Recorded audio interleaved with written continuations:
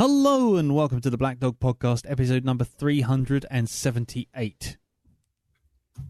Get in. I don't know what that means, but you know, there you go. Yeah, some stuff there. Am I not supposed to look up a bus? No, to see if no. 378 route. No, please, no. Because I think I said 378 last week. Yes, you did. And it was actually 377. Ree did actually point this out to me. She said, Did she? You got the number wrong, didn't you? Yeah? Said, yeah, that's not unusual. Said Tom Jones. Yeah. Anyway, so yes. Said Thomas. Said Thomas. Oh, look, an unbeliever, said Thomas. You have caused confusion and delay. We shall sacrifice your blood to Umon, the netherworld, said Thomas. Anyway, bizarre aside. The Fat Controller wondered where his life had gone wrong, that he'd started talking to inanimate objects and drawing faces on them. Anyway, hello everyone. Welcome to episode 378. I'm Lee. I'm Darren. I'm Jim. I'm Elton. And this week we'll see how everyone's week's been, and then we will continue our indeterminate weeks of horror with Jim's choice, which is Sinister. Or should we say Sinister? Because that's the kind of thing you have to do. You have to go Sinister. 5 E's on the end. Yeah. Anyway, so we will do that after we've seen how everyone's week's been. And so we shall start with you, Jim. How has your week been, sir? It's a good question. Elton, continuing fucking Farrago. Trying to get an electrician to fix my goddamn lights. Oh, right, yeah. I've come to a conclusion. You know, people always go about benefit scroungers. Right. And they're going about, you can see them all in Weatherspoons drinking pints at 8 o'clock in the morning. Yeah. Newsflash for you. I can reveal the truth. For a start, if you're on 70 quid a week dole money, you can't afford to start drinking 8 in the morning. The people who can afford drinking at that start, can afford to start drinking that 8 in the morning, are fucking electricians, plumbers, landscape gardeners, carpenters and builders who basically do a fucking week's work at some point in February, pocket several grand, then spend the rest of the year on the fucking piss not answering the phone. And we'd like to apologise to all electricians. Please don't cut me off. Tell me it's not true. No, that's their game. Yeah. Oh, no, I'm really busy. I'm packed out, i.e. I put a fence up for some idiot and charged him £2,000. I ain't doing fuck all till next month now. Nice. Okay. Jim, if this ever gets out public, you know that you're never getting those light bulbs ever sorted, ever. Probably not. Well, I'm not getting sorted now, so, fuck it. Lost nothing. It'd probably be quicker if I do a night school course and just fucking do it myself. Frankly. Okay, fair enough. There you go. So, anything else, sir? I watched what I consider to be probably one of the worst films I've seen in many a year. It was a big disappointment. It is on the flicks of net. And I thought, that's interesting, because it was by the same director who made Green Room. Ah, right, go on. It's called Hold the Dark. Hold the Dark. Yep, it's well acted. It's beautifully shot. There's just one small problem with it. Go on. Well, when you read the Netflix summary of the plot, yeah, that is the plot. Oh. You don't get any more. Oh. People do stuff, shit happens. No one explains why. It goes on and on. You think, it's a mystery. All will be revealed in the end. Fuck all's revealed at the end. Apart from the realization you've just wasted 2 hours of your life on some pretentious bullshit. Nice. That's a quote for the poster. Yep. Fucking awful. Apparently it's based on a book, and I thought, you've read the book, it helps make sense. Yeah, well, screw you and your fucking homework. I actually did some homework and looked at reviews of the book. You know what the reviews of the book said? Go on. Nicely written, but narratively weak. Oh. And doesn't have a story. So fuck a doodle-doo. A film. Nice. a film based on a story with no story, and you're surprised it has no story in the film. Yeah. So seriously, I will watch all kinds of strange films that most people won't give a fucking time of day to. But by the end of this, when it just ended, I was angry. I was really, really angry at having wasted my time on this empty, vacuous toss. Nice. There you go. I'm angry that I wasted my time. Actually angry. Wow. Okay. That takes some doing, because, you have watched, with the greatest respect, you have watched some shit in your time. I have. I watched some awful films, but, at least they're entertaining. It's like, it's when the film just leaves you with nothing and just go, that was a total waste of my time. There was no point to watching that. Nice. That's really, really, really irritating. God, that reminds me of Billy Warlock's fucking Society. Jesus Christ almighty. What was that? Oh, don't. We may end up coming to that, because that's one of those films which I'm sure people have a lot to say about. Yeah, like, what the fuck? What was that? What was this? What is it? Point at it. Yes. Okay. Cool. Anything else, Jim? That's probably about it, really. Other than that, I've got my new show up and running. Oh, yes. Commentary Club, and that's the first episode of that is out and on the old iTunes. And there's a second episode coming this week, our very first special, because it's Halloween. Nice. And I've just been editing it today, or rather putting it together, which is a commentary on Ghostwatch. So that's been jolly exciting. There's been a lot of, as we were saying, a podcast, a lot of messing about to do, but we're just getting the point now. It's all done. I just load up episodes from now on in. Nice. And all's well with the world. Brilliant. Excellent work. I'm very pleased with that. So excellent. Well, that's great. I do have the Monty Python one on my phone ready to go, but the problem is, obviously, you're watching Monty Python, so I sort of started watching it and then started listening to your commentary, and then I sort of went, I'm listening to you guys, I'm listening to the film, I want to do the quotes, and I got all confused, so I watched it through once, and then I watched it through again with your quote stuff.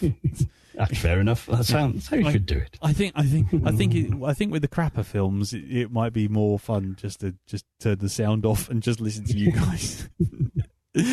Cool, but great stuff indeed. Cool. Okay, well in which case we shall. Before we do that, where can we find Commentary Club? It is at where's my? Sorry, I've got all the details in one place. It is commentaryclub.libsyn.com. There you go. Brilliant. Or on iTunes, or it's on Stitcher as well. So excellent. It'll be on TuneIn eventually as well if they ever sort their lives out. TuneIn, I remember that. That's the magazine with Lookin', wasn't it? Or am I really showing my age? Anyway, let's move on to you, Elton. How's your week been, sir? Okay. Well, Jim, you might need a euphemism. Do you have one in the chamber ready to go? I do indeed. Okay, good. Okay. Because this week, I had my back doors smashed in twice. Euphemism. I hope they weren't painted white. Well, the first instance of this was everyone is aware that we're fostering this little doggy at the moment. Yes. And looking after little doggies, they sometimes have little accidents, don't they? Oh, yes. Oh, Puddle, that's a cute name. Why'd you call him Puddle? Oh. Yeah, oh, my socks. Oh, they were clean on this morning. Oh, my God, what's happened with my toes? Oh, the dirty dog. That's not chocolate mousse. Oh, I won't tell you that story. I'm just going to move. Well, let's just move on. Carry on, Elton. Carry on. Okay. Well, I came home one evening and I was told that he's done a mess upstairs. I went, oh, okay. Well, I didn't say okay. Oh, okay, like that. I was like, oh, for fuck's sake. But for the purpose of this story, it was like, oh, okay, I'll go clean that up, shall I? And promptly cleaned it up and then found out he tried to get out the door out the back door and where we have a cat flap. Oh. And he decided, do you know what? This door doesn't need this cat flap anymore, does it? No. And, yeah, ripped it clean off from the inside. Teeth marks all over the door. And he's still too big to get through that hole, so he decided to do the whoopsie upstairs on the carpet. The whoopsie? Yes. Are you Frank Spencer by any chance? Dog did a I didn't know whoopsie you on were the... a vet, Elton, using the proper medical terms like that. I see you're a man of culture too. The dog did a whoopsie on the carpet.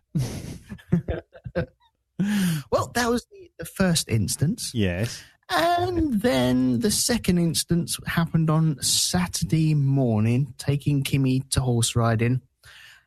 We were driving down the road, all well within time, all lovely jubbly, everything rosy, the sun was shining, the grass was green, birds singing in the trees. Pulled up outside, indicated right, waiting to go in there.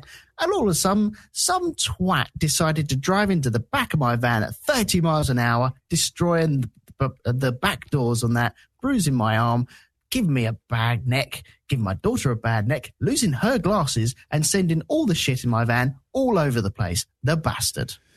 Wow. And you looked round, it was little dog driving. Oh, what twist. Yeah. Yeah, dogception. Wow. Wow. Okay. So we're into where there's a blame, there's a claim, presumably at this point. Kind of. Look, I've got a bit of a bruised arm, sore neck. Kiwi's got a bit of a sore neck as well, but I'm not going to go down that road. I'm all right.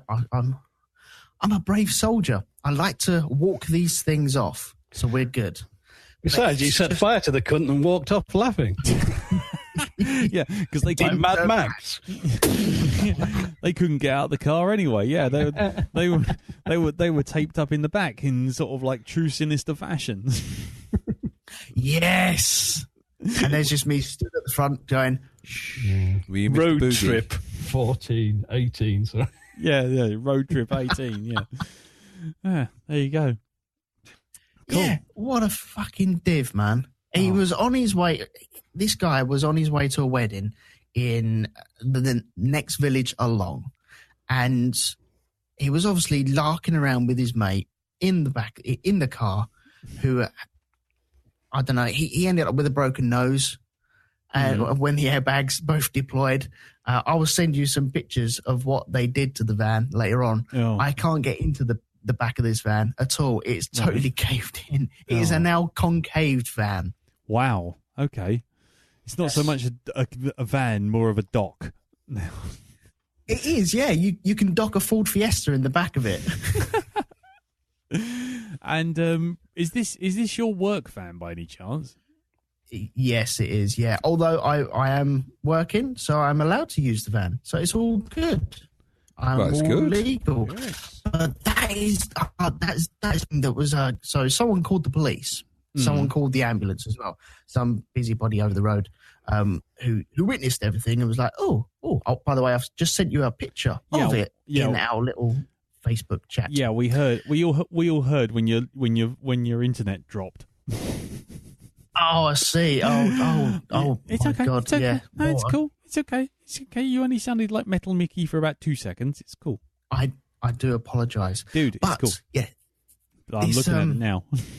Jesus. this lady called for the ambulance and called for a policeman as well. And so they rock up and block the whole road, as they do, as their wont as well. And the passenger in the car that hit us he's broken his nose on the airbag. He had blood streaming down his wedding, I nearly said dress, but wedding attire. Yeah. He's not getting married. He had by the the way. imprint of your wedding ring in his forehead. All their muffins in the back of their car were destroyed. Fuck you, Euphemism. bastards. Serves them fucking right. But they took all our details, and this bloke who just run into the back of us was being a right fucking knob because granted, he was shaken up, which is fine, and you give him breathing room for that. I didn't rant at him or anything like that, but he ran into the back of us, and all I'm worried about is Kimmy. And Obviously. she's, the bottom lip has come out, and she's a bit worried, and rightly so as well. And so I'm like, are you all right? Are you all right? And then he comes up to my door and says, are you all right? I went, yeah, okay, fine. I'm fine. You all right? Yeah, I'm fine. And so I think he's gone. And then I'm saying to Kimmy, in the front seats, we're still seat belted in, going, are you all right? Are you sure you're all right? And he's stood next to me going, yeah, I'm fine. I'm fine. Well, fuck off, man. I'm not talking to you. Honestly, just walk away right now. Yeah. And so I sort her out. She's absolutely fine, but she can't find her glasses. They just went pinging. They were missing for about an hour or so. Right. But the police lady came over, took all my details, took all of his details. And in between taking his details, he was on the phone to the insurance company already trying to sort his shit out.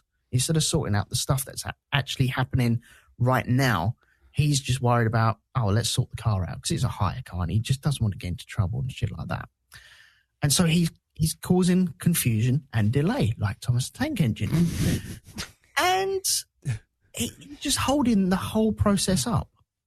And finally, after a bit of the police officer shrugging her shoulders and going, look, come on, mate, you need to get off your phone and let's sort this out. She gets him sorted out. And then she comes up to me, takes all my details down, and I walk away. And then she comes out and goes, can I have your driving license again? I went, yeah, okay. She looks at it, she goes, oh, sorry, I've written your name down because you're not coming up on the system. I went, that's fine, no worries. She walks back. Then she comes back to me and goes, yeah, your van, it's not coming up as insured. And I went sickly white. I was like, you what? Are you fucking joking me? She said, no, it's not. So then prompted another hour of phoning around my bosses and trying to get proof that I'm actually insured on this poxy van. And it's just as if I need any more strife. It's just been one thing after another this year. Just silly little things that have just been ballsing up life. And that was just another cherry on top of the cake. Is it sorted now? Were you insured? I wasn't. Yeah, after a couple of hours of phoning around and getting emails sent to my phone and other phone calls as well. And the policeman was stood there because I had my old van insurance in my glove compartment, and it had run out at the end of September. I think it was the last day of September. So it was 19, 20 days worth of no insurance proof.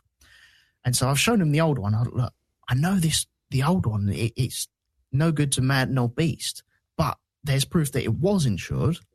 And so if I can get another one that proves I am still insured, is that all right? And he was like, well, yeah, you're going to have to do that. So I end up getting it via email, showing it to him, and he's still umming and ahhing about it. Because it's, well, if I'd given you this paper one and you would have accepted that if it was in date, why are you not accepting this one on my phone that is in date, but you clearly think I've just photoshopped round the corner behind that tree? It's so frustrating. Sitting there with a stylus and Procreate on your iPhone, trying to knock up an insurance form. Yeah, yeah. But I had done everything by the book. This policeman was really good, and he'd given the other guy a breathalyzer and totally forgotten about me. And I knew that I hadn't had a single drop in a couple of days. I was like, do I get one? Oh, you plum. I want the little stick. You plum. You want to get your lips around a very I want to get around the policeman's stick. Nice. Yeah, why not? Yeah. And the policeman whipped it out and you said, blow into this. Oh, I went, yes, sir. Yes, sir. Do you want the teeth or just the lips? Excuse me, sir. Where's the fire? In your eyes, officer. I closed my eyes and all I heard was, keep blowing, keep blowing, keep blowing, keep blowing. Stop. Yep. And release. But yeah, what a palaver, man. I'm hoping for like a nice, quiet couple of weeks of. So, how's your week been, Elton? Nothing's happened. Move on. Well, in fairness, I'm not here next week, so you don't have to worry about it.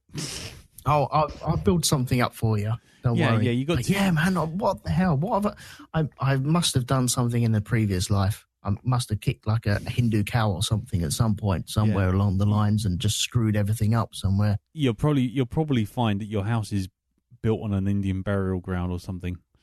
Yeah, I'll probably find a projector in my loft later on, won't I? Yeah. Home movies. Yeah, home movies. Elton's car insurance, 2018. Yeah. Seems to be some like a crime wave going on in your area, I think. Yeah. It's quite the rural retreat it used to be. No. It's doors kicked in, fences kicked in, car crashes, drunk drivers. I was going to say, it's like an average episode of Emmerdale now. It's like, what is going on up there? It is, yeah. If it was a fictitious place, you wouldn't want to move here just in case you ended up in a body bag. Well, in fairness, the amount of shit that's going on in your place, I think it is fictitious. It's starting to be like a soap opera up there. Are they filming soap there? Is this what's going on? It's Hollyoaks 2 and It's Great like Yeldon. the Truman Show, maybe. Yeah, maybe. That's it. Because, like, you know, Tracy Kelky's up there and her kitchen's in a box or something, isn't it? It's full of asbestos. So, yeah. Yeah, asbestos everywhere. I mean, you know, it's that would be like 2 seasons worth of EastEnders. That between the two pair of you, it's like wow. I'll have to drop in some adverts. Yeah, exactly. Halfway through. Yeah, that's Buy right. these knives; they're very, very sharp. Yay! yeah, just some adverts for DFS. Brilliant. Okie dokie. Anything else, sir? I think I'm going to leave it there if you don't mind. No, it's okay. You had your back doors smashed in by the fat controller and a dog. That's pretty good going. Cool. Okay then. Well, in which case we move over to you, Mr. B. How are you? How's your week, sir? Well, this week has been full of disgruntled train travel. Right. Okay. Do I need to trigger the Lord of the Rings soundtrack? No, it's nothing like that. Okay.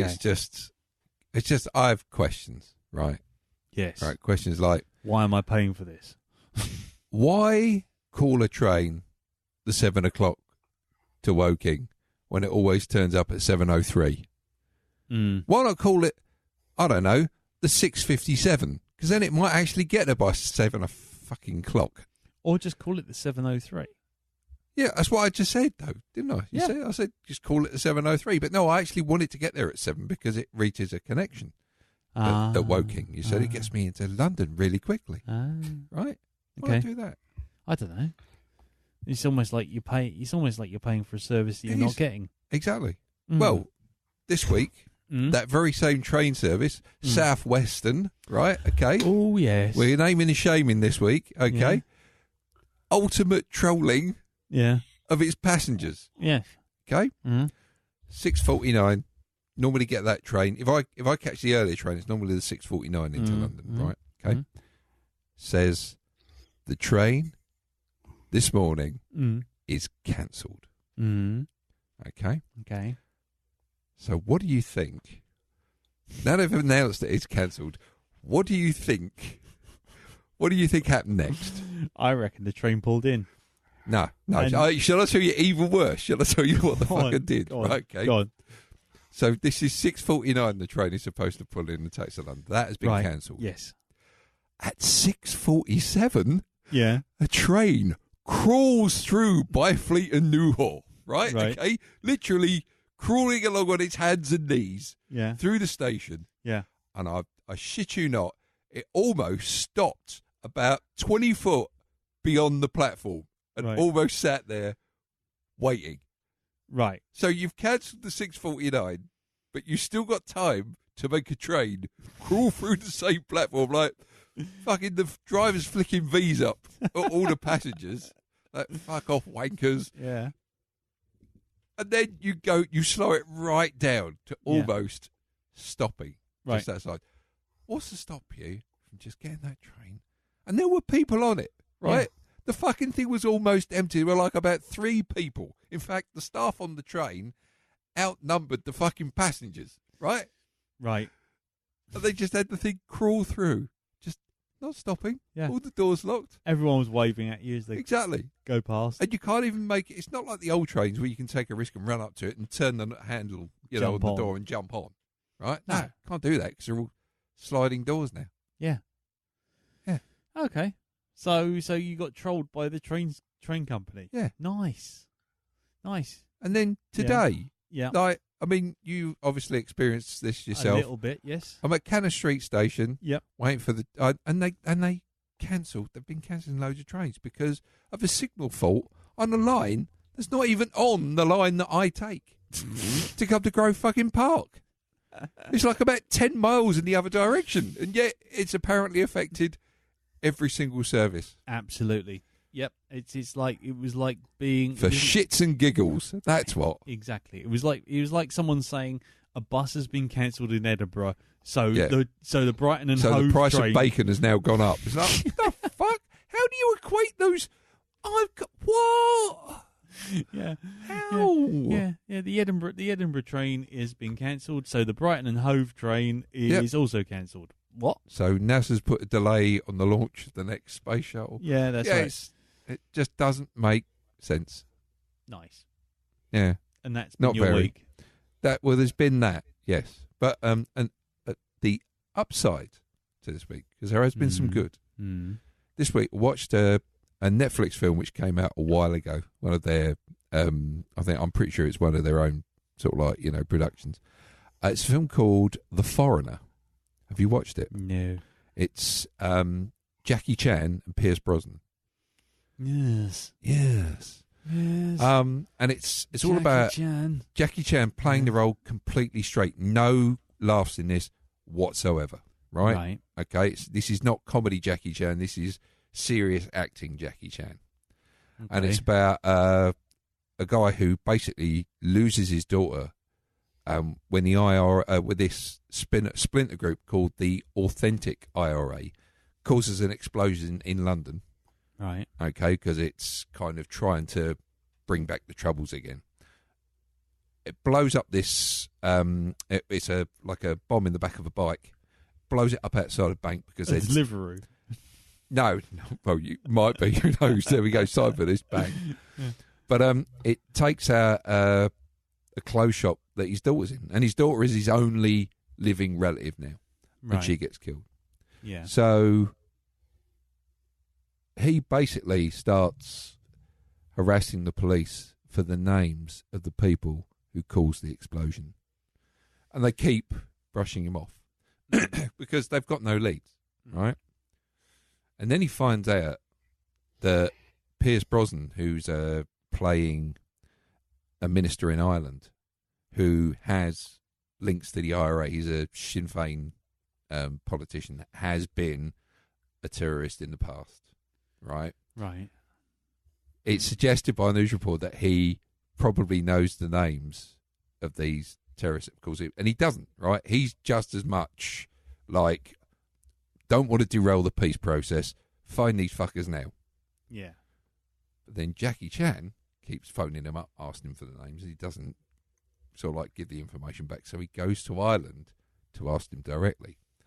And that's where it all kind of kicks off from that point. Okay. And you find out some stuff about Jackie Chan's character's past, about who he was and, what he was involved in back in his home country. Right. And he starts terrorising these ex-members of the IRA by blowing shit up. Okay. To get the names of the people that killed his daughter. Okay. Right? So it's taken full. It is, but I really like it. I thought it was a really good film.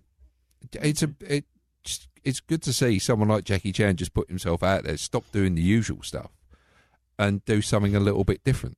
And he's very convincing as this father who's lost his daughter. Cool. So okay, don't say any more about it because No. I think I might give that a look. Give it a go. Yeah. I just took it down, resaw it. She went, "Yeah, watch that. That's good." So I was watching it this morning on the way into work, and yeah, it's very good. I liked it anyway. So You put it on the docket? No. oh well, we have. We may do. Who knows? Oh, There is this part of that thing you were talking about? Yes. Right. Right. We'll talk about that at another time. Okay. Yes, production meeting. There we go. Production meeting.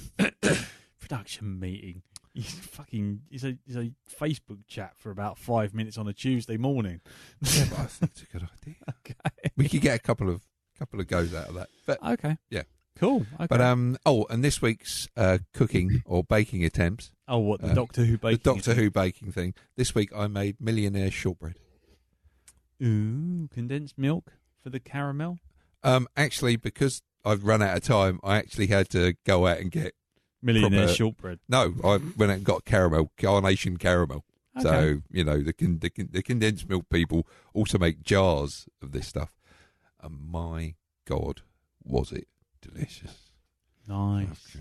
I can now make this stuff myself. I mean, I'll buy this anyway. You're I love that. almost like sort of Tom Hanks in Castaway. I have created fire. I have created fire. I've created millionaire shortbread. Yes. Wow. So the Black Dog Cookbook, cooking with Barnard. Yeah. A Barnard too long. Yep. Barnard too long. I think next week it's going to be an attempt at banoffee pie. Yes, indeed. Watch this space. Coming soon. I'm glad I'm not around for that. I hate banoffee pie. Dear? Yeah. Oh, you won't want any Fucking then. horrible. It's like eating monkey shit. We could have a cookery show of the like the Galloping Gourmet. No, you couldn't. No. No. No? Well, The Drunken Little Chef, we could call it. yeah. And, well, Stick an egg in it. it could Whiskey. fry an egg in. I like chili. Yeah, I but like it's- chili.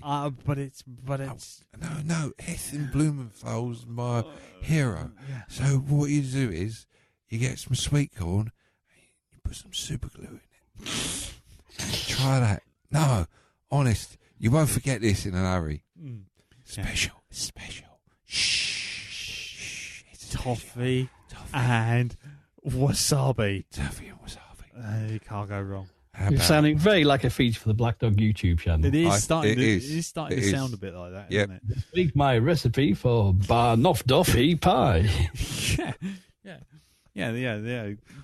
Darren's crap corner. Darren's cook corner. crafting cookery corner. Yes. Yes. New jingle coming on. Oh God, Yeah. no. And I have to do it 3 sheets to the wind, and every episode ends with the theme tune, or should I say the play-out tune for every episode is na na na na na. Yeah. just as the flames are rising up in front of the camera, and I'll just accompanied by screaming. yeah. And now they are fried ice cream. Ice cream. Yeah. You gotta make the oil really hot. Really hot. But don't put the lid on. Yeah. And now I will do my impression of a dog. Woof.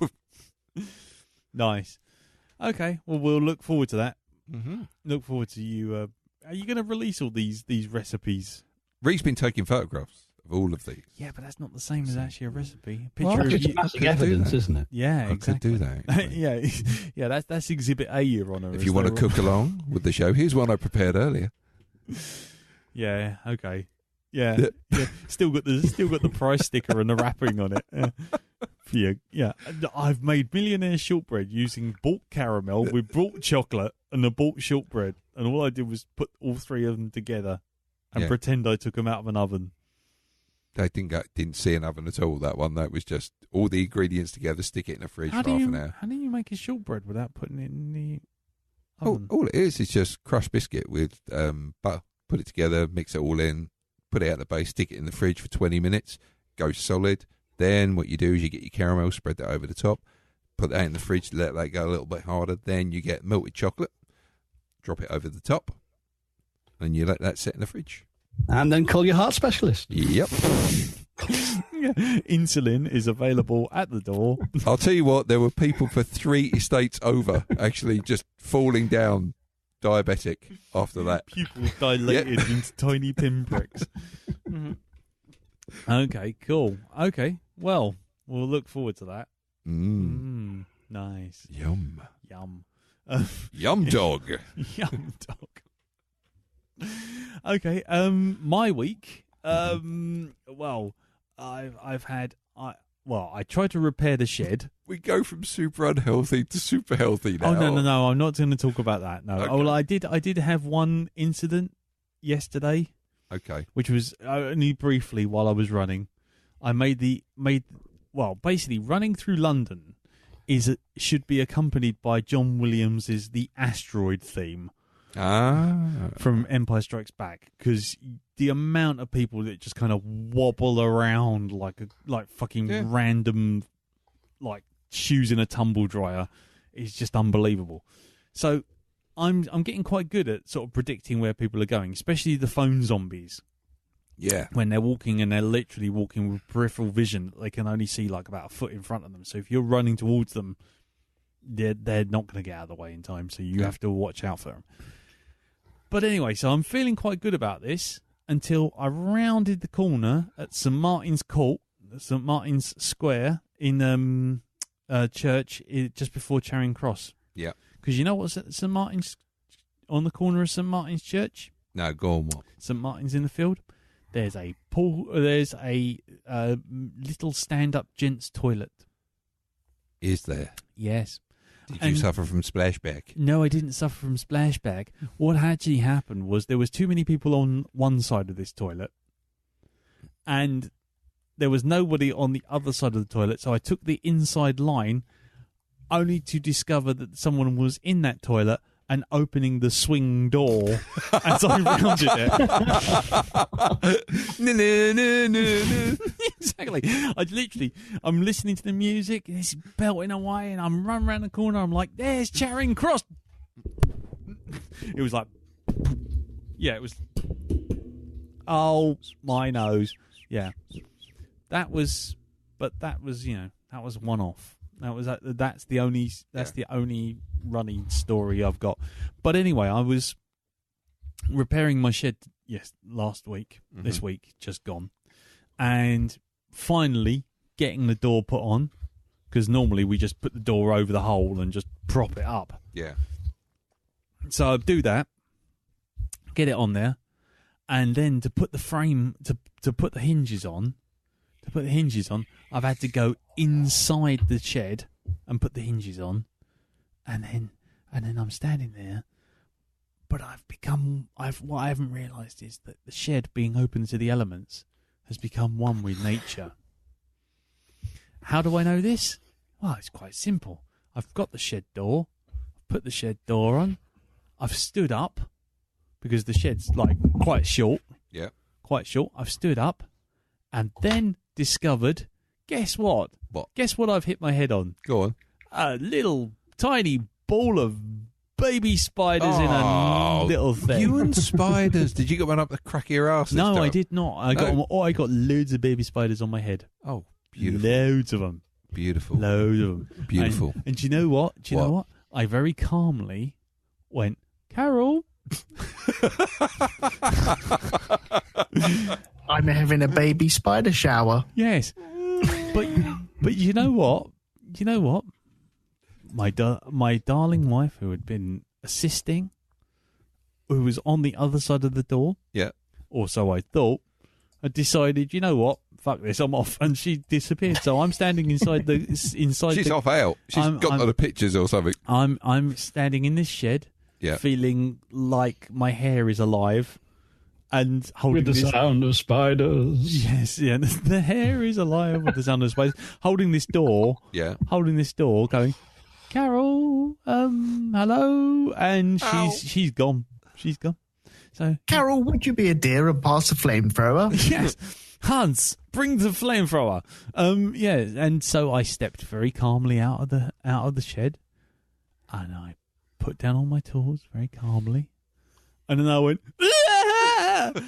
and basically brushed my hair like a lunatic and did that strange wiggly dad dance that most people do when they think they've got like a something down their front. Or when you got a bit on you. You got a bit. You Yeah, know, like you got walk a for a thing. spider. You got a thing, or a spider's web or something. Yeah, you got a thing. You got a bit on you. You got a Get bit. off, and you mate. get off. Get off. Yeah. As it turns out, I didn't have anything on me by the time I finished wiggling like No. like I don't know, like someone having an epileptic fit on an electric cattle grid.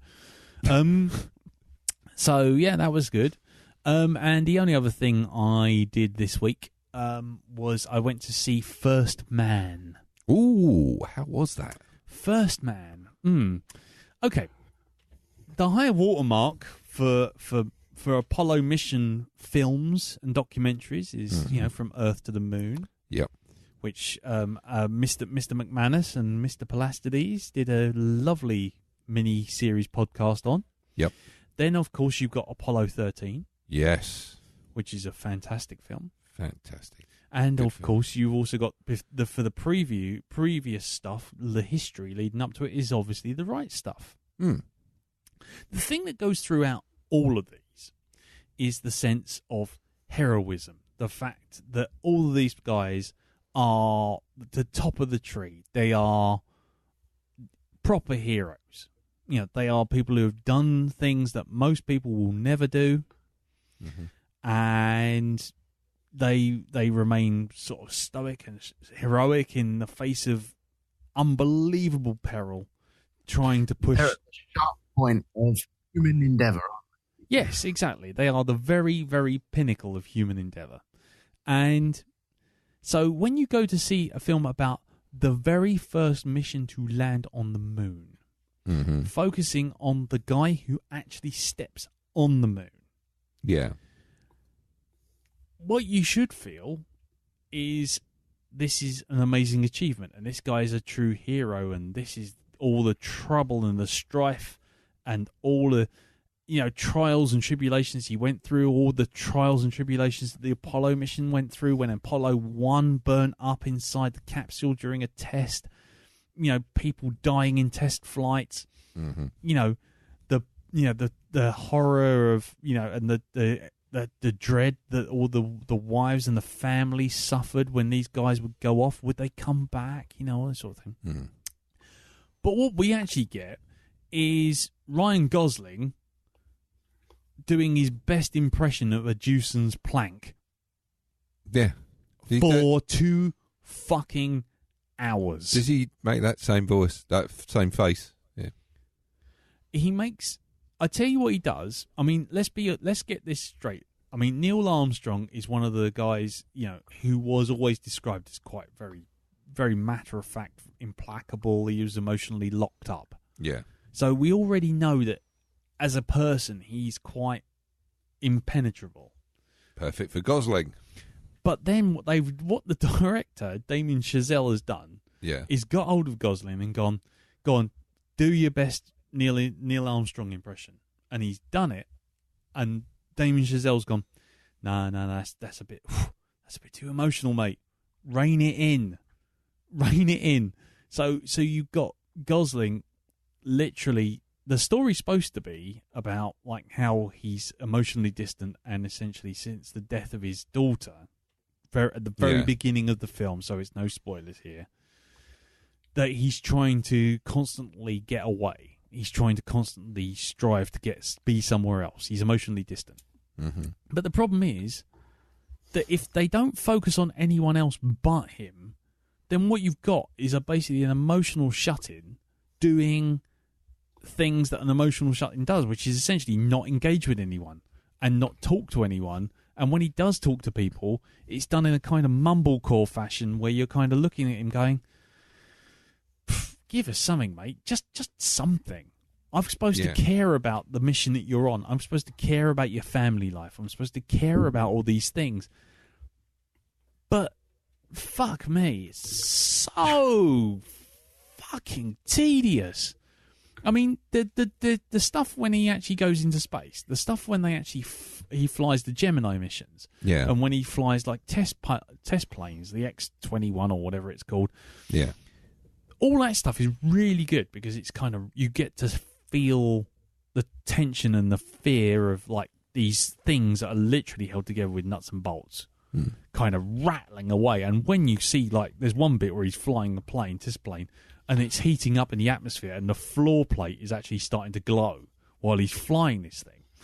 And the sound is amazing. If you do go and see this film, see it with the best sound system you can, because when he goes up in like the Gemini, and it's kind of going, and everything's kind of rattling around and fucking falling apart and all this kind of stuff. Yeah, you're kind of like, bloody hell, you know, even though you know how he's going to end up, you think, bloody hell, he still might not make it the way this is fucking going. This thing is just like literally like Meccano on a firework. It's literally like that. But the problem is, everyone that you actually get to care about, like his wife, like his sons, like the other Apollo mission, you know, people. Yeah. They all just sort of turn up, say stuff at him, act emotional, and then leave. And all the time, the camera's on this guy all the time. And you're just like, oh, God, it's like being at the best party you've ever been at, but unable to get away from the guy who likes collecting pins. Oh. You're just sitting there going, yeah, but over here, there's all this interesting stuff going on over here. But no, we've got to carry on looking at Ryan Gosling looking at a book. It's just like, right. And every time something starts to happen, they give you historical context. You know, they say, oh, you know, people didn't want to spend money on the Apollo missions. You know, after Apollo 1 had a disaster, there's, you know, is the cost worth it? All these bits start to happen. You go, all right, tell me about that. Is that interesting? Yes, it is. But no, we cut back to Ryan Gosling just looking as if someone's trying to get him to do fucking calculus in his head. And then you get things with like the reporters asking questions. And it does that thing, and apologies here, Jim, because I know this is one of those bugbear things where I said it before, but it's like the blue balls thing I had with Godzilla. You know, that every time you saw Godzilla, just in time for the fucking doors to close. Yeah. It's the same thing. Every time someone asks him or some event happens, and it's happening to Ryan Gosling, like he finds out about Apollo 1, you know, on the phone while standing in the fucking White House. And he's like, okay, what am I doing here? Because I'm standing here trying to sell the Apollo missions, knowing that my three mates have just gone up in a fireball. What do I do? And literally, as soon as he gets the phone call, we cut. And we cut to like an indeterminate amount of time into the future. And it's like, right, okay, so we're going up in Apollo 12, Apollo 13, you go like Apollo 11, sorry. He's like, hang on, no, you can't just skip all that shit. You see like a couple of the wives all standing there going, oh, you know, he was in that ship and he died. But you've literally jumped massive amount of history to stand there and stare at fucking Ryan Gosling again, sitting there going,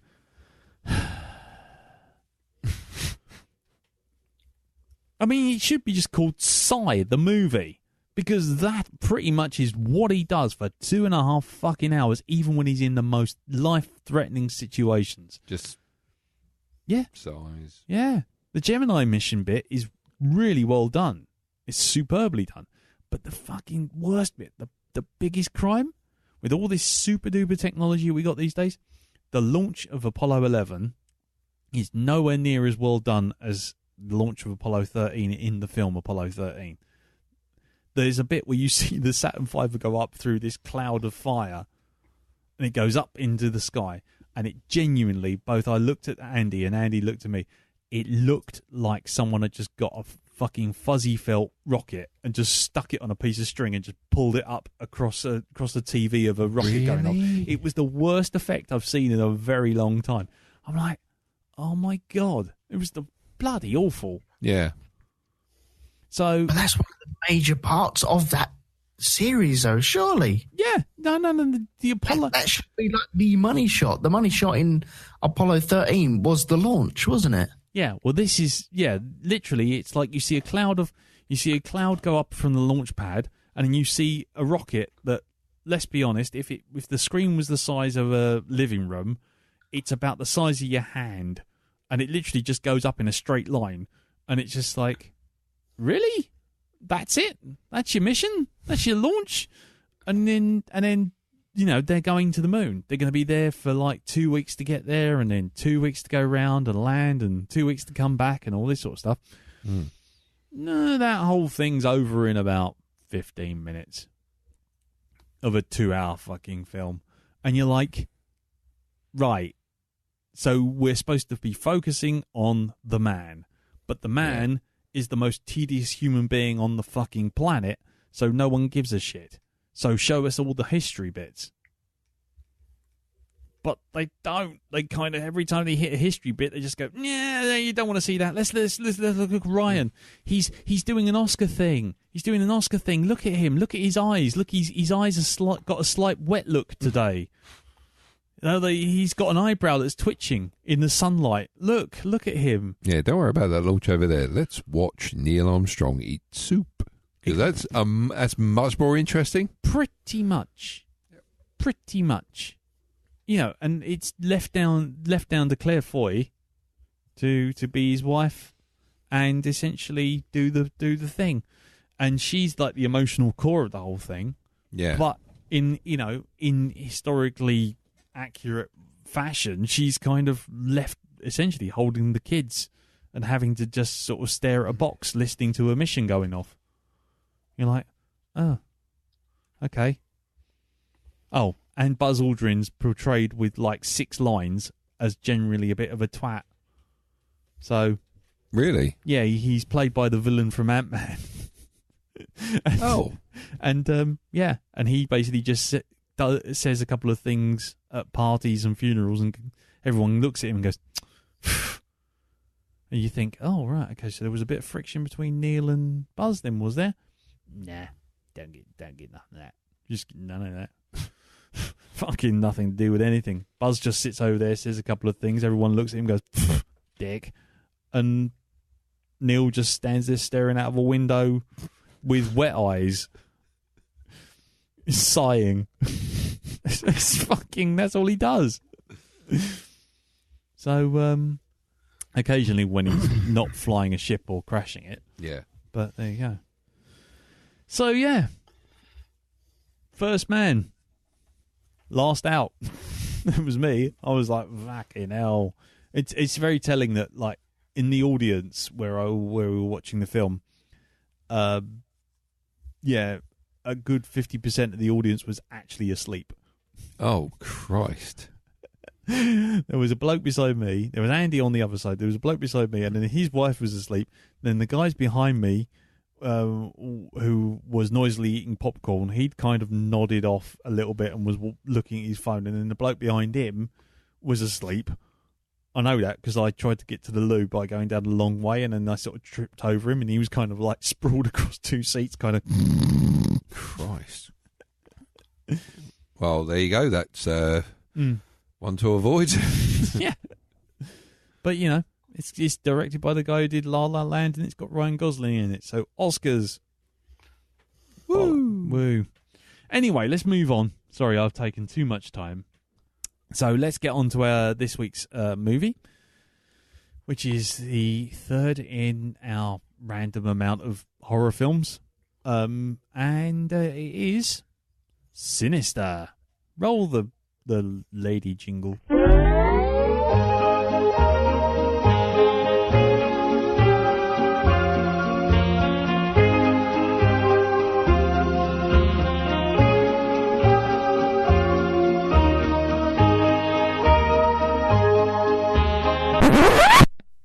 Right, okay, so Sinister. Sinister is a 2012 American supernatural horror film co-written and directed by Scott Derrickson. The film stars Ethan Hawke, Juliet Rylance, James Renstone, Fred Thompson, and Vincent D'Onofrio. Literally phoning it in from a Skype call in his own room, in his own house. Anyway, the plot revolves around a fictional true crime writer, Ellison Oswald, who discovers in the attic of his new house a box of home movies depicting grisly murders and puts his family in danger. The film was inspired by a nightmare that the co-writer Robert Cargill had after watching The Ring. Principal photography began in 2011 on Long Island and cost $3 million. How much do you think it made at the box office, Darren? 40 million. Okay, Jim? 30 million. Elton? 50 million. It actually made 87 million. Wow. Ow. Did well. Boy done good. Yeah. Was it?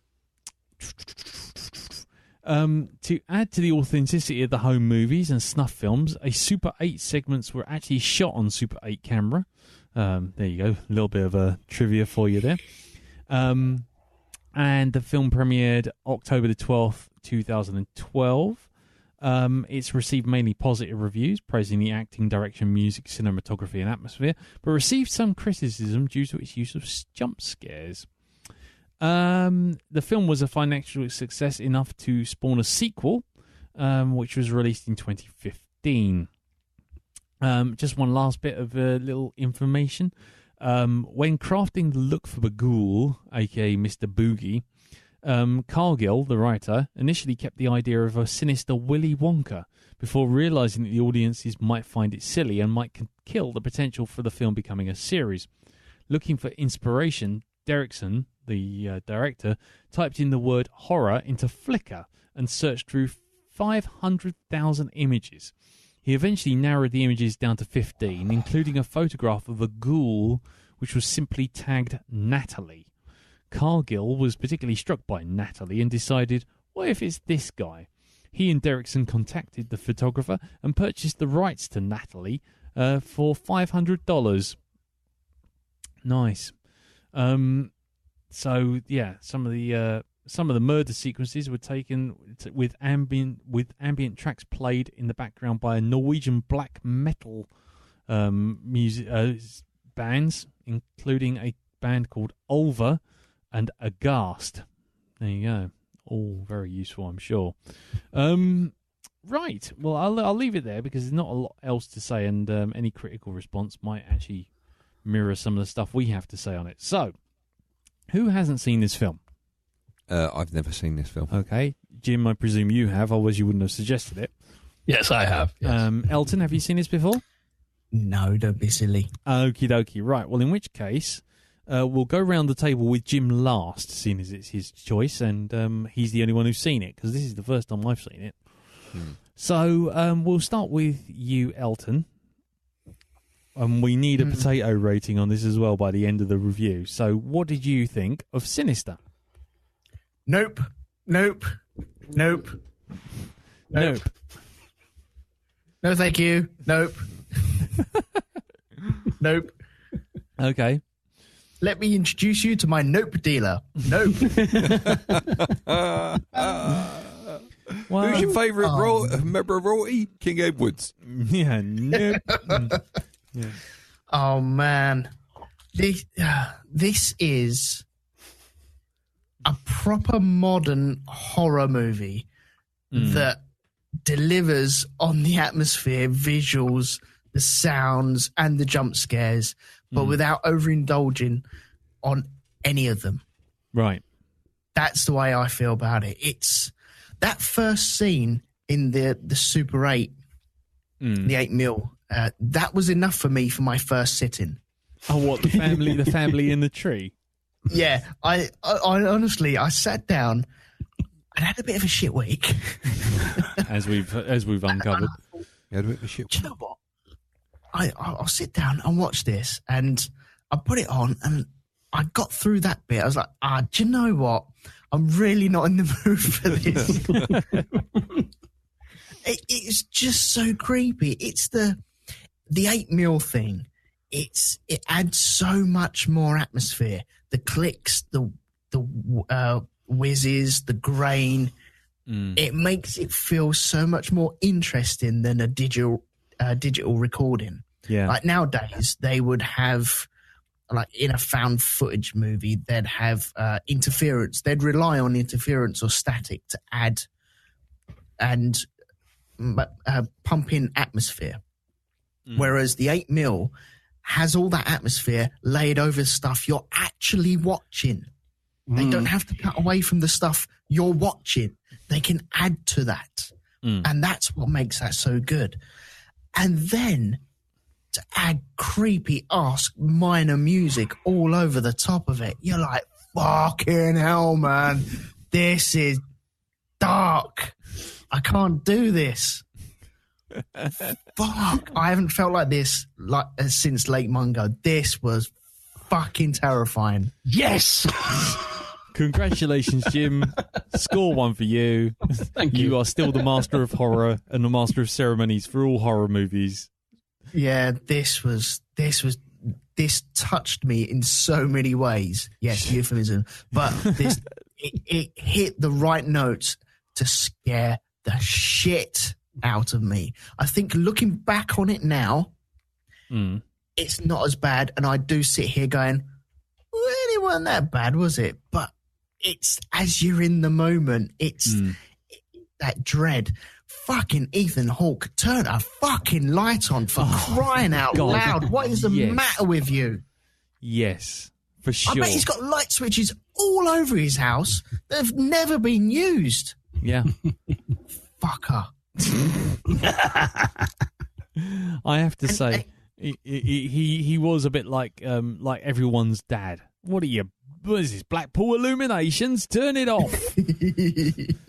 Well, having seen it a couple of times, it does kind of make sense because a lot of this shit he's doing like on the quiet after everyone's gone back to bed.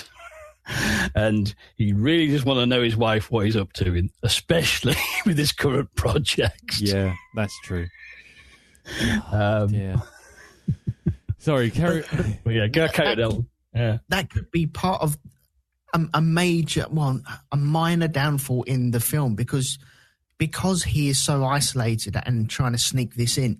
You don't really get much of the family, and I feel that you need a bit more of the family in this film, and it just doesn't quite work as well. I think if you were more bonded with the family and going through this, and if you also took away Mr. Boogie, once you see the visual representation of Mr. Boogie, then it's okay. Right now we have a face to it, and whereas in Lake Mungo it was all hidden in trees and not where you thought it would be. God, I'm getting shivers down my spine. Son of a bitch.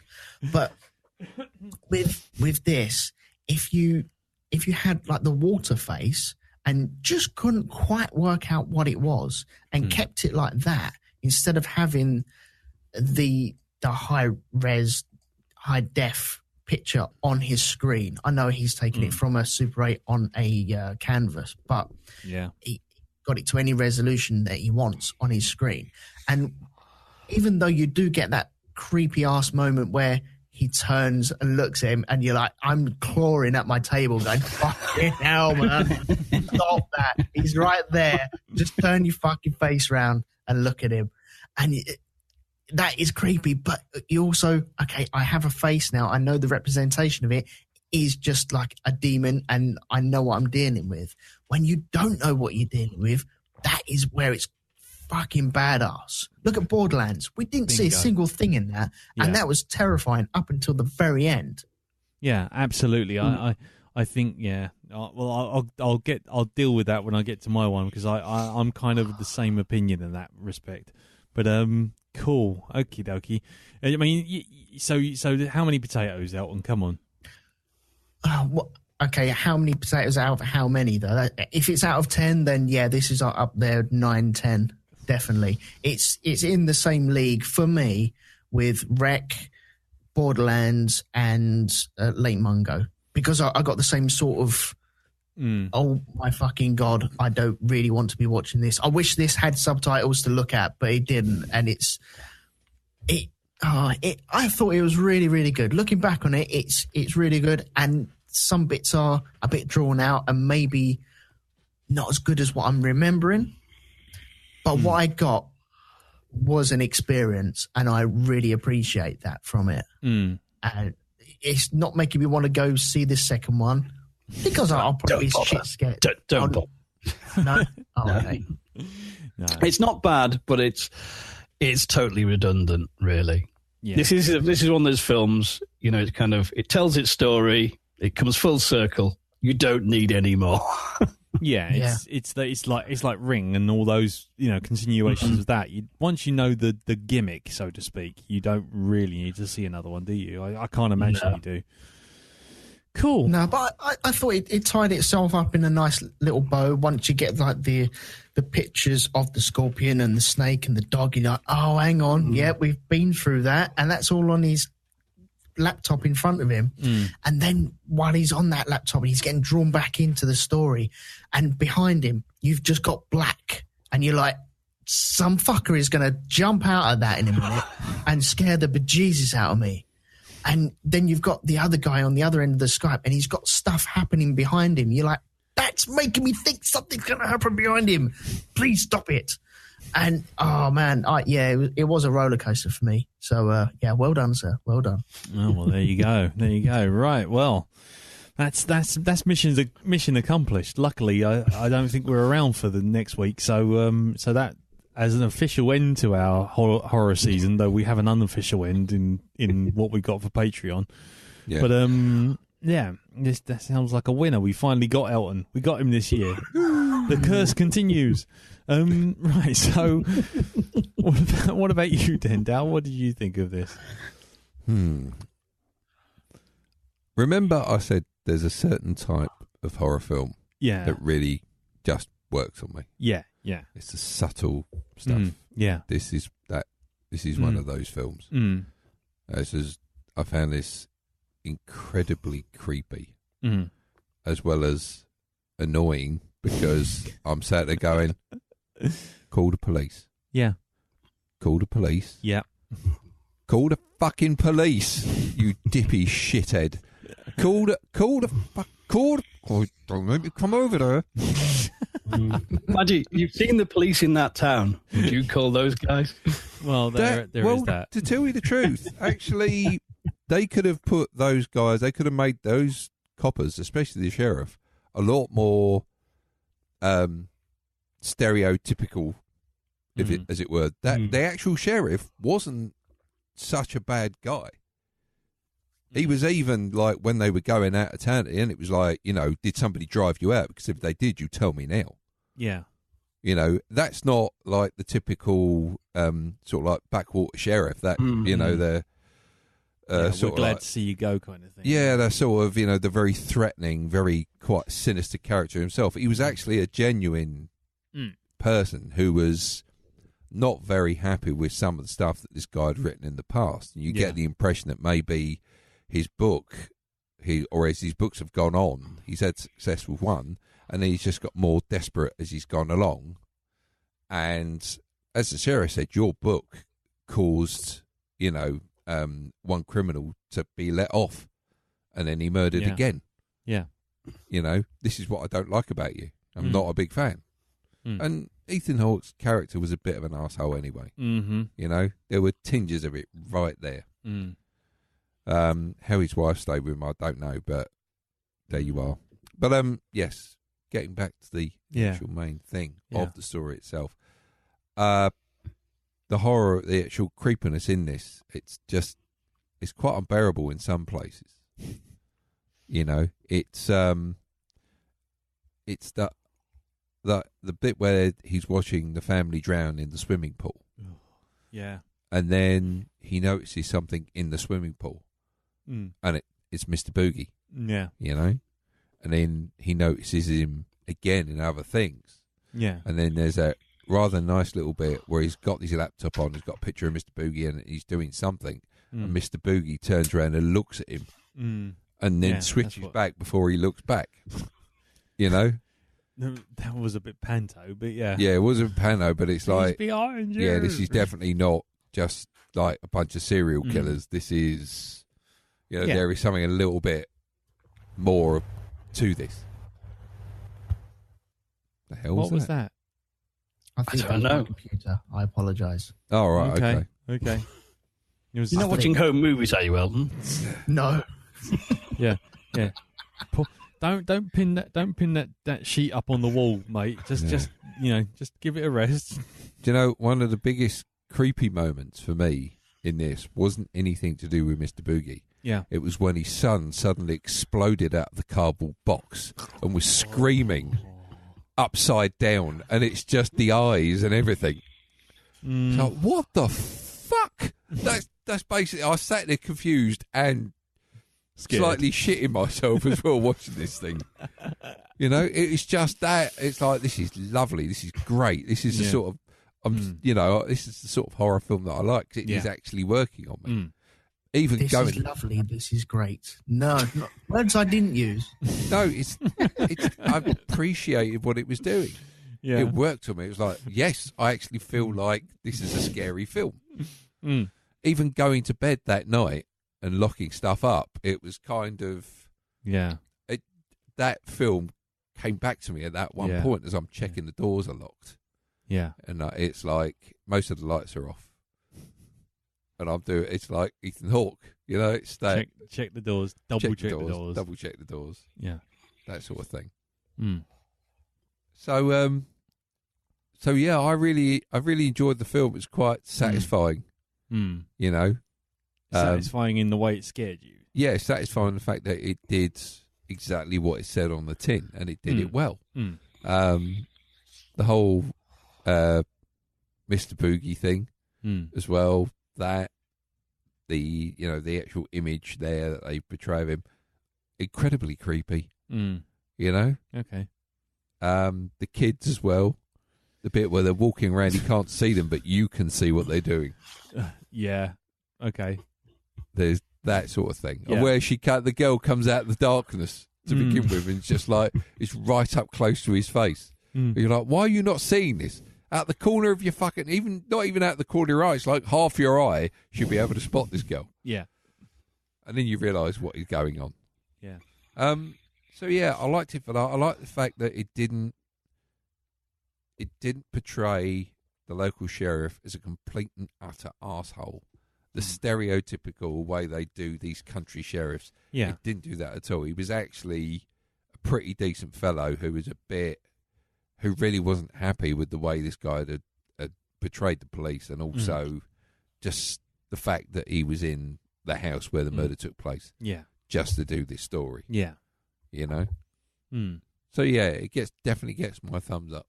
Cool. Okay.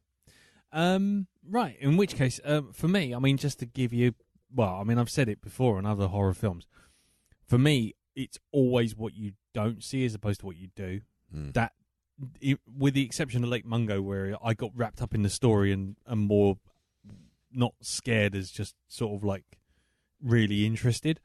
This worked for me for about 80% of the time.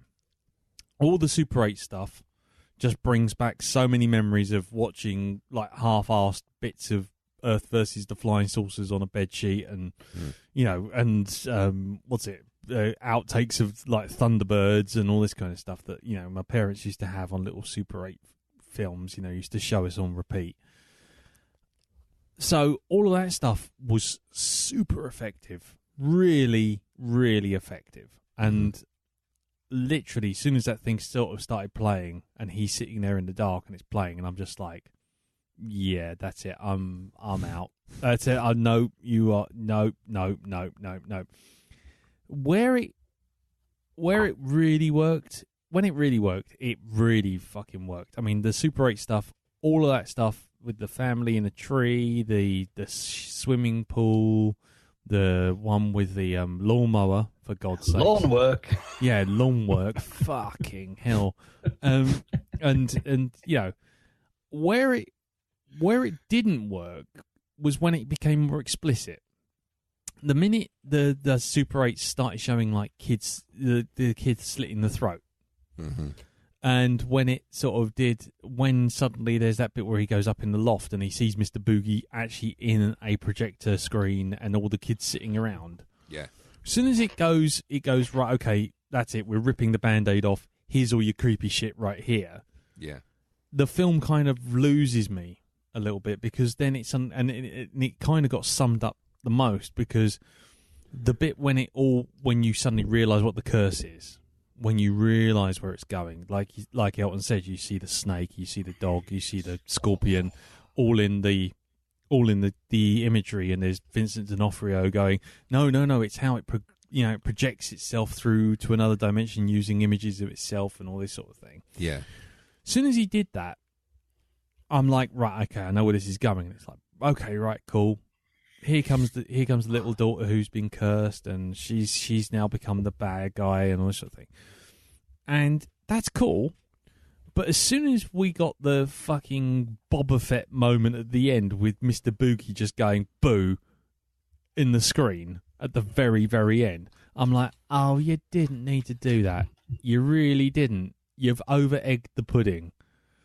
And, when Mr. Boogie was a kind of half-glimpsed thing, yeah, absolutely not a problem. I think, very well done. Less is more, thanks very much. And I was totally like, no, don't go outside. Turn a fucking light on. Call the police. Yeah, call the police. When he saw the video footage, I'm like, you got to call the police. You got to tell them about this shit. Yeah, this isn't book research anymore. This is actual evidence. And then when he burns the fucking stuff, it's just like, oh man, alive. And then it comes back. As soon as all the supernatural stuff started to happen properly, like the projector starting itself up, like the projector being burnt and then suddenly reappearing, like all the kids running around and all that kind of stuff. As soon as it started to show its hand, as soon as the film showed its hand, the fear went away and sort of more of a kind of vague irritation came in where it's like, at this point, any rational human being would be going, right, kids, we're out. We're off. Thanks very much. Peace out. 5,000 G. Good night. So to suddenly have him literally sitting there talking to Vincent D'Onofrio and going, so what is, this is what I've seen, and him going, you okay? And you're like, just tell him. Yep. Or when the police are there, it's like, just show them. This whole thing could be solved with like several different things. Show it to the police, talk to the guy who you've been using for research all the way through, turn a fucking light on.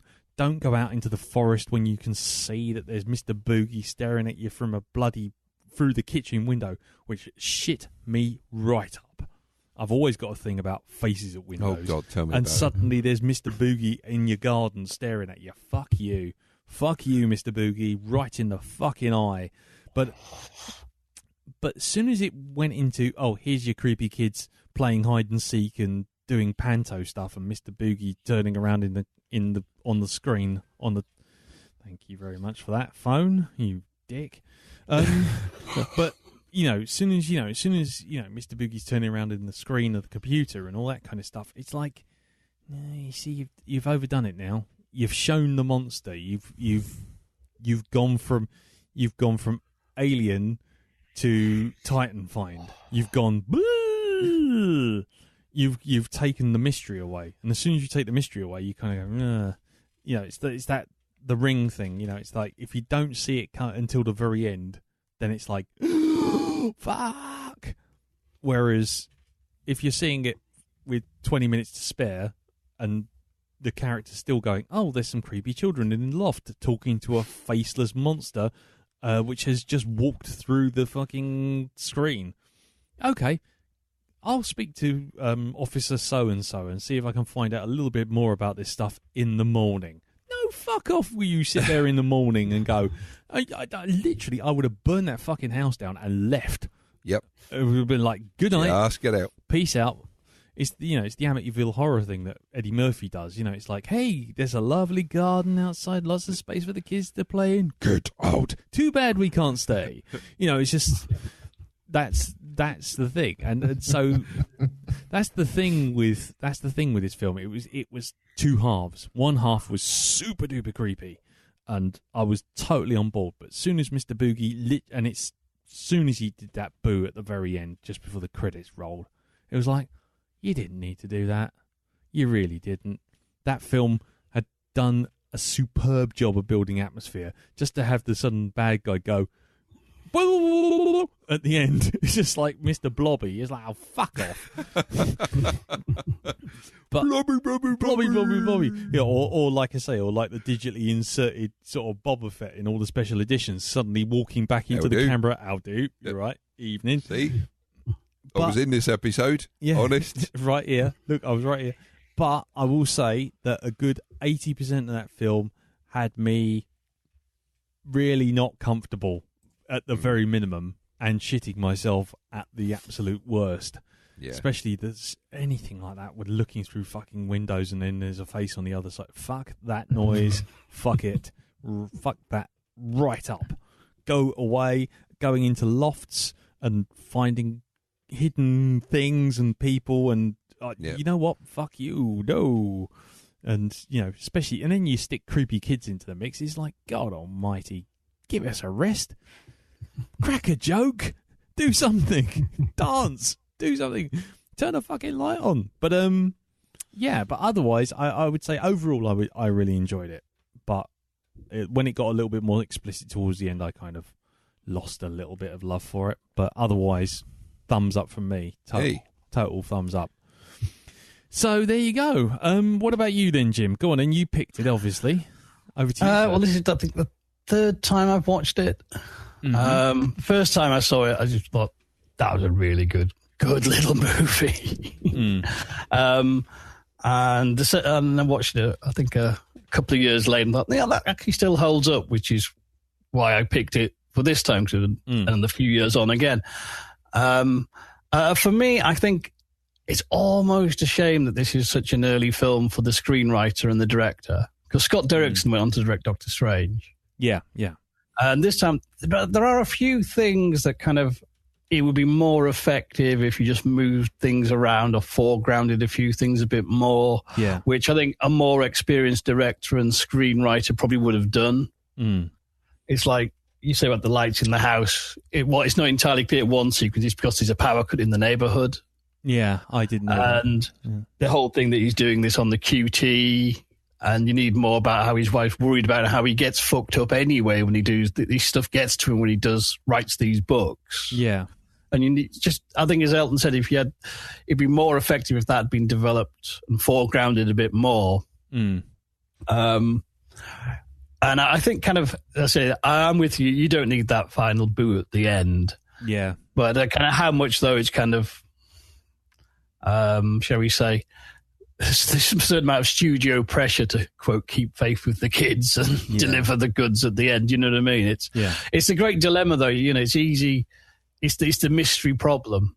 It's, you know, you set up a mystery, but sooner or later you got to show your hand. And, it's you know, sometimes that's a tricky tightrope to walk. Yeah. I think this film managed it, I say, right up until near the end, and then it really has no option but to put its cards on the table.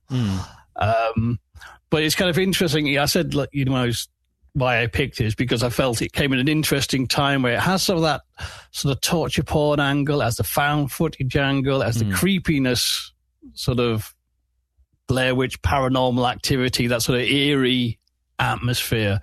And I think it tries to play to all horror crowds. And I can easily imagine there's a worse version of this film. Yes. Where it's all just about the horrible films, snuff films, and kids killing their parents and showing graphic detail.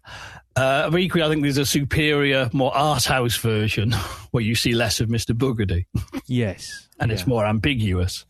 But that might not have played as well with general audiences. So, I mean, I think some of the things it does, I noticed that I think some really clever shots of like, actually when you get the worst bits in the little home movies, it pulls away from the screen because he wants to look away, and so do you. Yeah. And it lets you do that, but you can just still see enough of something happening in the reflection of his glasses. Yeah. And that's a really good way of doing that because you can see it, but you can't see it. Yeah. And it's worse for not being able to see it entirely. Well, exactly, yeah. Yeah, and that's kind of some just really just very sort of accomplished sort of moments in it that I think make it a very effective, very solid modern horror movie. I think 'cause it does have a few rough edges, it just sort of falls short of being a real classic, but not by much. I think it's lasted well, and it is a fun watch to go back and watch a second time and spot a few little details and stuff. It's kind of, because I like the thing of there's a scorpion in the attic and you don't realize the significance of that till way later. Yeah. And the dog in the garden, the way it just subtly ties those things together that you don't realize were part of the mythos is nicely underdone. As I say, there is a sequel. The sequel isn't bad. The sequel tries hard, but it's from the sequel. It's just totally redundant, really. Yeah. But then, as Darren said, the police character, the sheriff, is quite interesting. He turns out not to be such an asshole, and we could have seen a bit more of him. That'd have been made for a bit more tension. But I did like the development of the deputy, who, at first, you think he's kind of like an Officer Andy character, from Twin Peaks. Yeah. The klutzy, small-town guy wants to be a cop, but he can't really cut it and never really will. And he actually sort of reveals to be more and more confident and trustworthy as the film goes on. I thought that was just a nice, subverting your expectations. Yeah, especially when he figures out... Even though I've seen it twice, it did catch me a couple of times again. But there is that just dread of, he's going to watch those goddamn films. And lawn work gets me every time because it's just... Man, it's just so supremely horrible. Yeah. I think kind of it'd be more effective seeing less of Mr. Boogedy and more of just that weird symbol, which I thought was really just nicely designed. Yeah. It didn't look kind of like something off a bad heavy metal album cover. It actually just genuinely looked at it. Is that actually a symbol or is it just a random pattern? I can't tell. And when it eventually gets remade, they might address that. Who knows? But to say overall, still a very good modern horror film, and one I think that it really tries to play to all the different sort of tastes in horror, and I think it pretty much pulls it off. Yeah, yeah, it's definitely one of those films which tries, as you say, to be a catch-all, and normally those kind of films either completely fail or end up skewing one way or the other. So they either go gore or spooky, or lots, or some, go for the full, sort of Kerrang Fangoria crowd with lots of ridiculous rubber monsters flying all over the place. So to sort of like maintain a sort of atmosphere, and also to sort of like produce a quite an iconic creature in Mr. Boogie, even if I didn't particularly find him scary per se until certain scenes. But yeah, well, interesting. Something I spotted is kind of actually the Babadook. I think owes this film a good bit. Oh God, yes, yeah. The Babadook stole a good deal from this.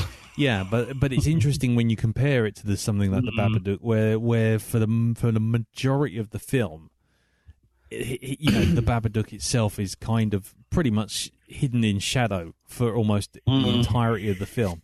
And in terms of the way it's portrayed, it's like, is it real or is it the cracked psyche of the protagonist? Whereas, they could have done that with Ethan Hawke's character kind of basically cracking up, because he hits the scotch after about like the first video, and you suddenly like there's quite a lot to be said for like. Sounds like one of our seasons on Black Dog. Hit the scotch. Exactly, we all hit the scotch after the first Transformers movie. Yeah, but it's that whole thing of like they could have done a lot with that as well, and going with what you were saying about foregrounding things.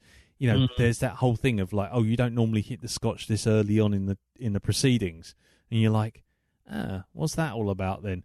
And if they sort of made a bit more of that, you could have gone into a whole thing of, is he, the footage is real, but is what he's seeing real in terms of Mr. Boogie and the kids and everything like that? Well, you notice that it does kind of goes in that direction to begin with, because all the stuff that really scares you can be explained.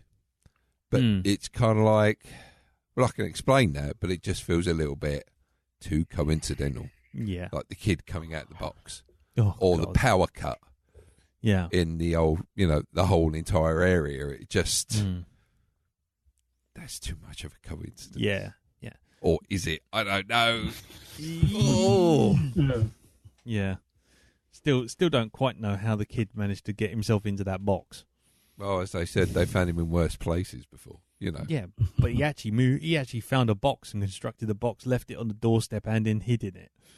But let's not question these things, because that's the sort of thing where you pull a thread and you go, moving on. Oh, no, I've ruined it for myself. See, that was one of the scenes that really just creeps me out, because it's when you look at something and you can't quite understand what you're looking at.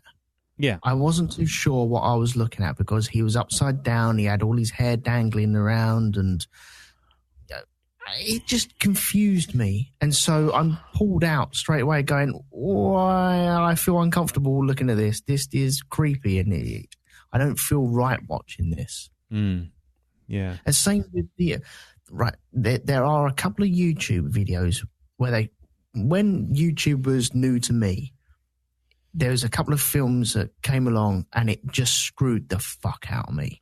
Two Girls, One Cup. You know this one? No, not that one. I still haven't seen that one. I must borrow Darren's copy of that one. Yeah. But there are a couple of movies out there. When you don't know how to use the internet, you're introduced to YouTube, and then you're shown a couple of movies, and then people try to pull pranks on you. Especially them ones where it's, it comes up with writing on the screen. It says, okay, right, we'll slow this down, and then you can hear this in there. And they'll just nip the volume down ever so slightly. And you're like, oh, okay, so you pump up your volume a little bit. And then they do it again. And they say on the screen, listen again slowly.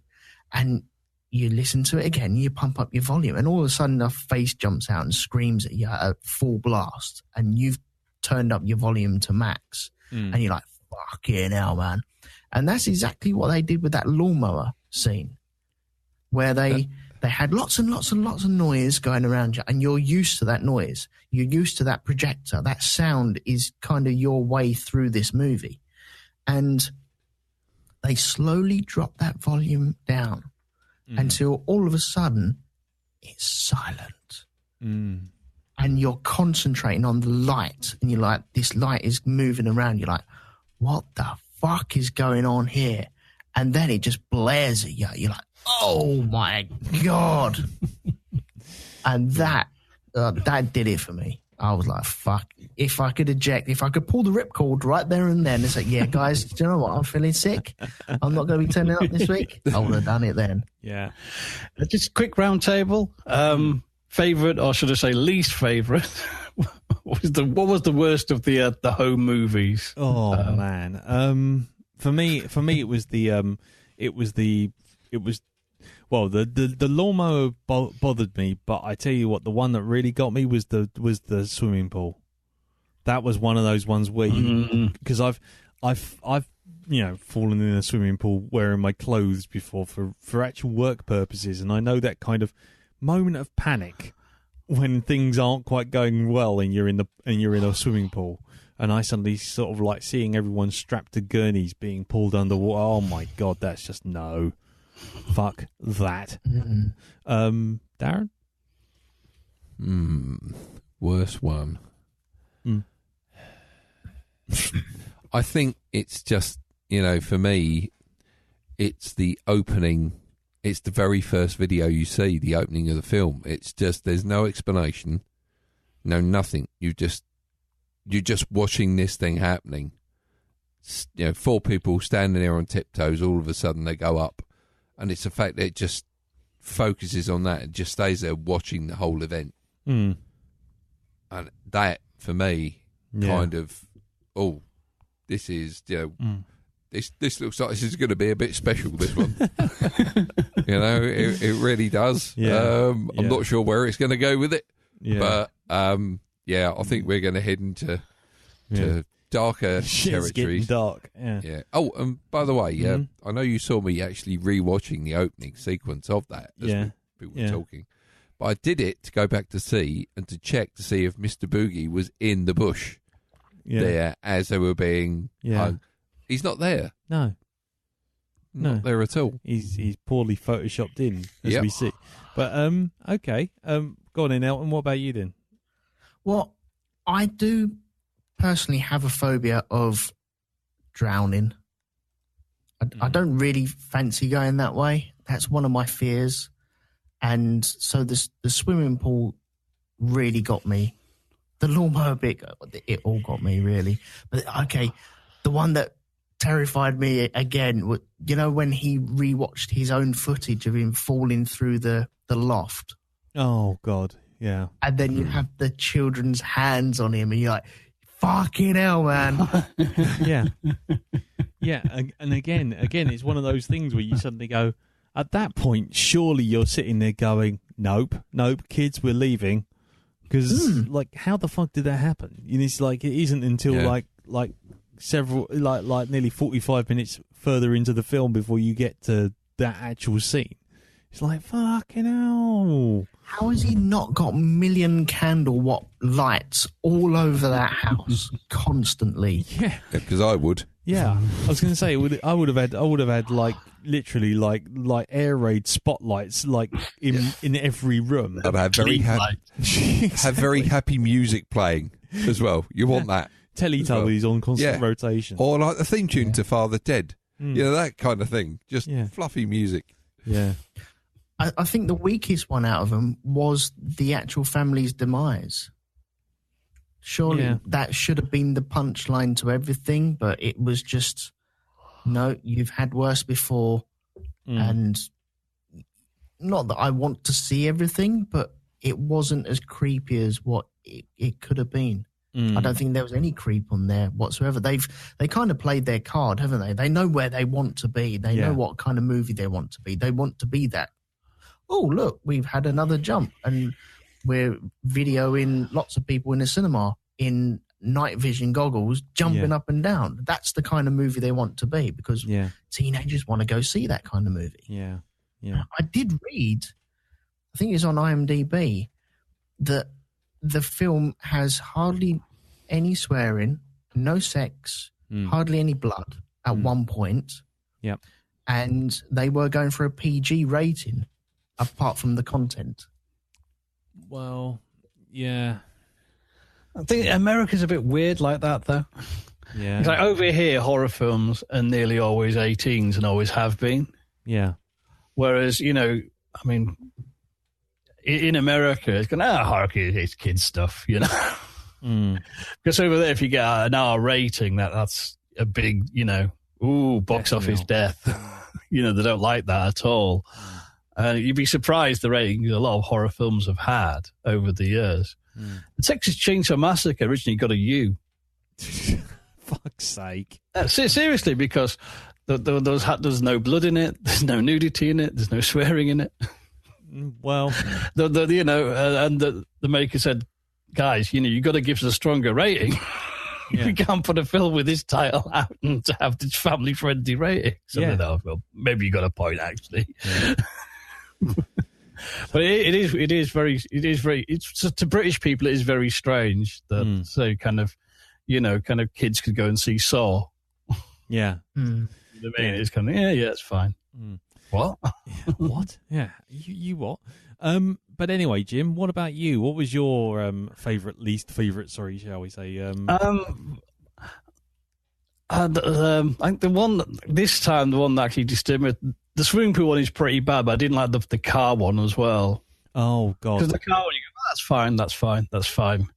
But then you just see the shot of the car and the shapes thrashing inside, and that's like, oh, God. God, yeah. That's really bad.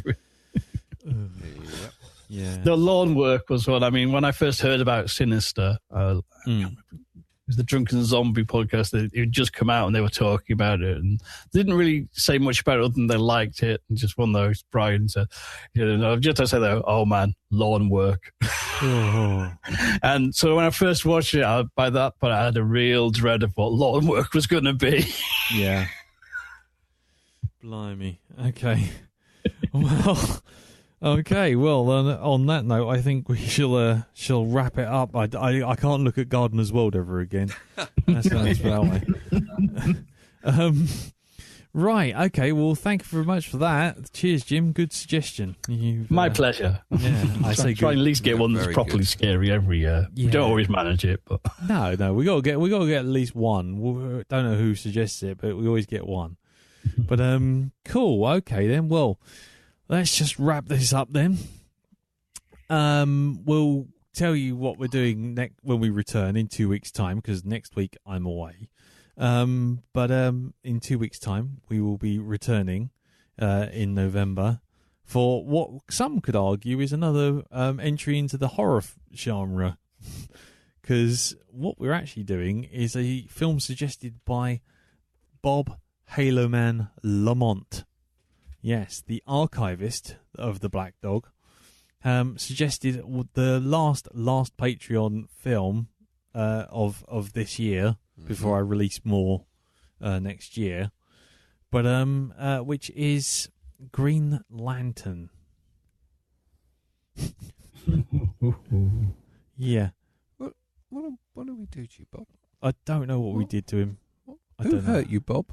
Who hurt you? We did clearly. We've clearly damaged Who him. hurt you, Bob? He's still in the archives. We haven't had any feedback. You see, he's been down there for months. He's gone mad. He's lost his mind. So Bob Haloman Lamont has suggested Green Lantern, Ryan Reynolds animated super suit special. Yeah.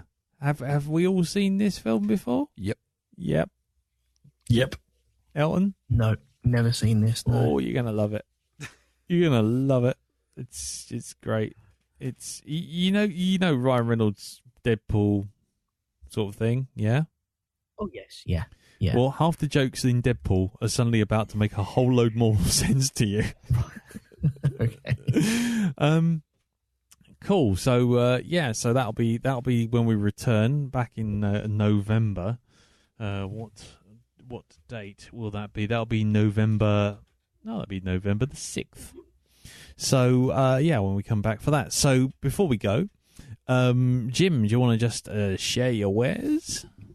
Yes, well, this week, as well as the aforementioned commentary club on Ghostwatch, I've got 2 special podcasts going out on my Hypnagoria feed. It's actually all one podcast in 2 halves, in which I've released from the vault. So something I originally did for my Patreons that I think probably easily had the best response. A very curious and spooky tale of a very curious village indeed. Well, I've already heard it because I'm a Patreon. Very good. But yeah. Patrons have got some of the goodies coming to balance the books, as it were. Lovely, So. lovely. And what about you, Elton? You can catch me on Shonky Lab. I did one on fanfic with Martin Thompson last week. So that is out for your listening pleasure right now. Lovely and indeed jubbly. Right. Well, that's that then. Well, just a reminder that obviously you can get involved with the podcast over at Facebook. Go to facebook.com/groups/the Black Dog Podcast. And of course, we've got our Patreon, which is patreon.com/Black Dog Podcast. Yes, we've just recorded our newscast before this one. So, that'll be out at the end of the month. So probably be out of date by the end of the month as well, the way it goes. Yes, that's that. Thank you very much for listening, as ever. Thank you, Jim. Thank you, Darren. Thank you, Welton. No problem. Cool. And, we'll see you in 2 weeks' time for Green Lantern. Until then, take care. And happy Halloween, those of you that celebrate it, and we'll see you all next time. Till then, tatty bye. Bye-bye. Bye-bye. Ta-da.